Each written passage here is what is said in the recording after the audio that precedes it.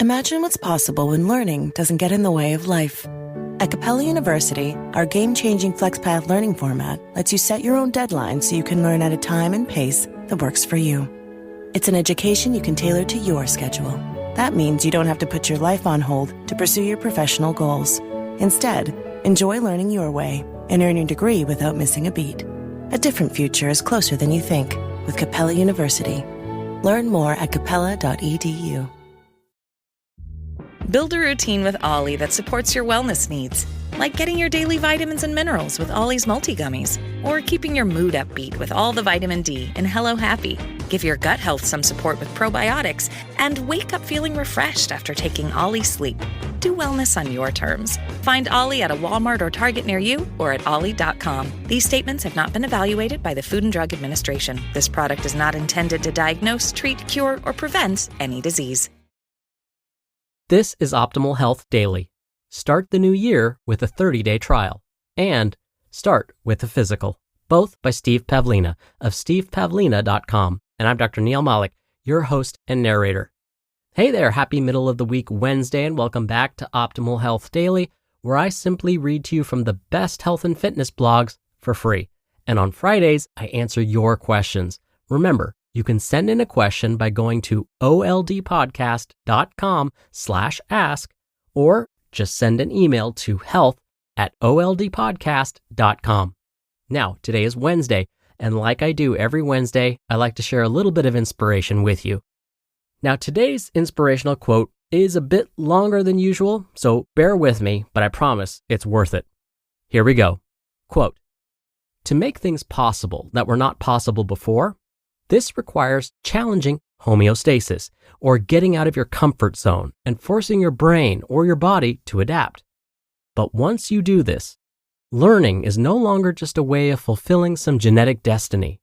It becomes a way of taking control of your destiny and shaping your potential in ways that you choose." Anders Ericsson. All right, and now that we're in this positive frame of mind, let's get right to today's 2 posts and continue optimizing your life. Start the new year with a 30-day trial by Steve Pavlina of stevepavlina.com. One of the best ways to kick off the new year is by starting a 30-day trial of a new daily habit or activity. Instead of creating a New Year's resolution that probably won't stick, just commit to a short-term change. Make a January resolution only. If it doesn't work out, you're completely free to abandon it on January 31st. But for the first 30 days, use every ounce of resolve and self-discipline you can muster to stick to it, whatever it takes. At the end of the 30 days, you'll be in a great position to decide whether you want to commit to a permanent change, having 30 days of success behind you. Since posting the original 30 Days to Success article in 2005, I've received tons of feedback, probably hundreds of individual emails from people who've used the 30-day trial method to form positive new habits and break bad habits. Some actual results people have achieved with this approach include quitting smoking, becoming vegetarian or vegan, launching a new online business or blog, learning to invest, getting out of debt, starting a new exercise program, waking up early, going to bed early, practicing daily meditation, practicing a talent or skill like playing a musical instrument, learning a new language, improving computer skills, improving social or dating skills, learning to type faster and more accurately, reading daily, setting aside time for schoolwork, completing a thesis, doing daily organizing or cleaning, giving up TV, giving up soda, quitting coffee, and lots more. Some people have also written to explain that after testing a change for 30 days, they realized it wasn't right for them, but they were glad to learn from this direct experience. This was especially common among people who tested different sleep patterns, like biphasic or polyphasic sleep, or simply waking up early. Even when the 30-day trial ends with a return to old habits, the trial can still be beneficial. Usually people are grateful for what they learned, even if it doesn't work out as expected. I've personally used the 30-day trial method to go vegetarian in 1993 and then vegan in 1997. I also used it to wake up at 5 a.m. each day, to exercise regularly, and to install various productivity habits. It's one of my favorite personal development techniques, mainly because it's so simple and effective. I find that I do best when I take time to prepare for about a week in advance. I immerse myself in the new habit I want to install by reading about it, thinking about it, and imagining what it will be like. I hold myself back from starting until I feel a strong internal pressure to begin. This helps me make it through the first several days with high enthusiasm, which helps a lot since the first week is usually the hardest. I invite you to join me in kicking off your own 30-day trial. This is a popular time for building a new habit or breaking an old one. Start with the Physical by Steve Pavlina of stevepavlina.com. If you have many improvements you'd like to make in your life, career, relationship, health, where should you begin? My suggestion is to start with your physical body. Improving your diet and level of fitness will produce positive results in every area of your life because you'll have extra energy available to you every day. This means more energy to invest in your career, relationships, and mental and spiritual development. You take your body with you wherever you go. If you're overweight, then you carry that excess with you at all times. You'll see it every time you look in the mirror and carry it up and down every flight of stairs. An extra 20 pounds may not seem like much, but if you carry around an extra 20-pound dumbbell all day long, you'll see that it feels burdensome and tires you out much faster. 20 pounds of excess fat weighs the same as a 20-pound dumbbell, and carrying it around all day will drain your energy. It's been said that those who spend their first 50 years trading their health for wealth, they spend the next 50 years trading their wealth for health. But this isn't a trade that you should make at all. Losing your fitness can occur so gradually you barely notice it.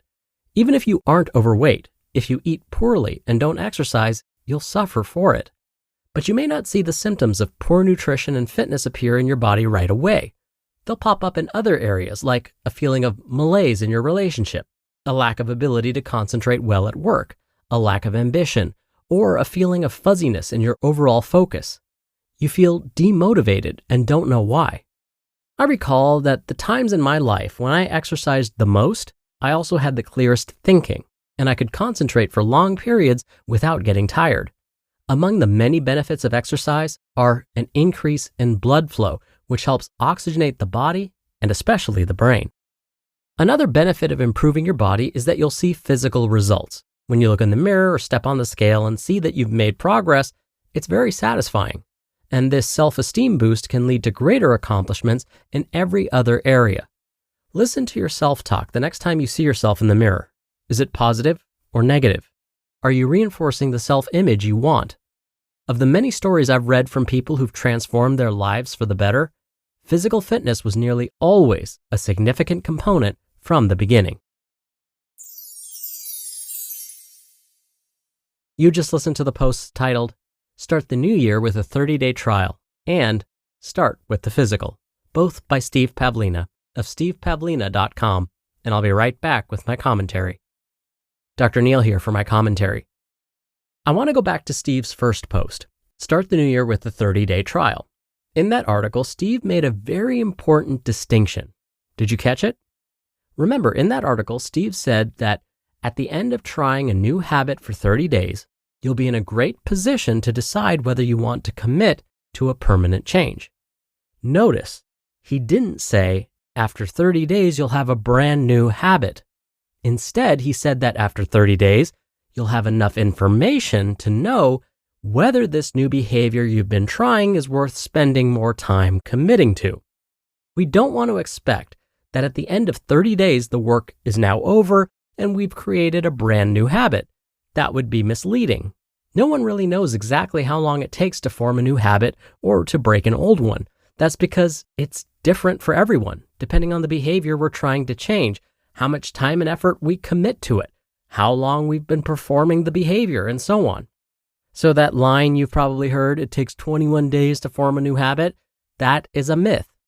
Now, don't let this news discourage you.